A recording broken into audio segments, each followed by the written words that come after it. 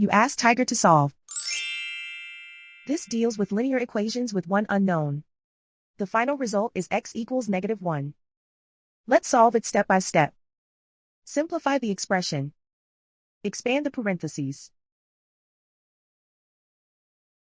Multiply the coefficients.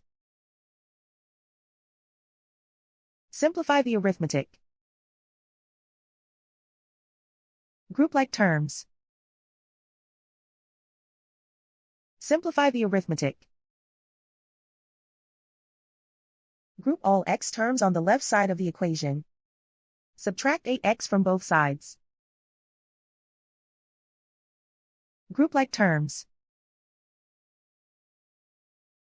Simplify the arithmetic. Group like terms. Simplify the arithmetic. Group all constants on the right side of the equation.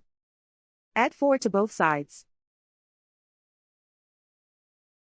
Simplify the arithmetic.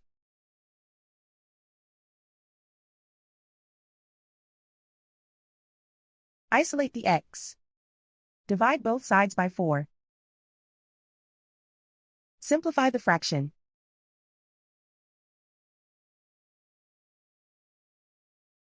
And so the final result is x equals -1.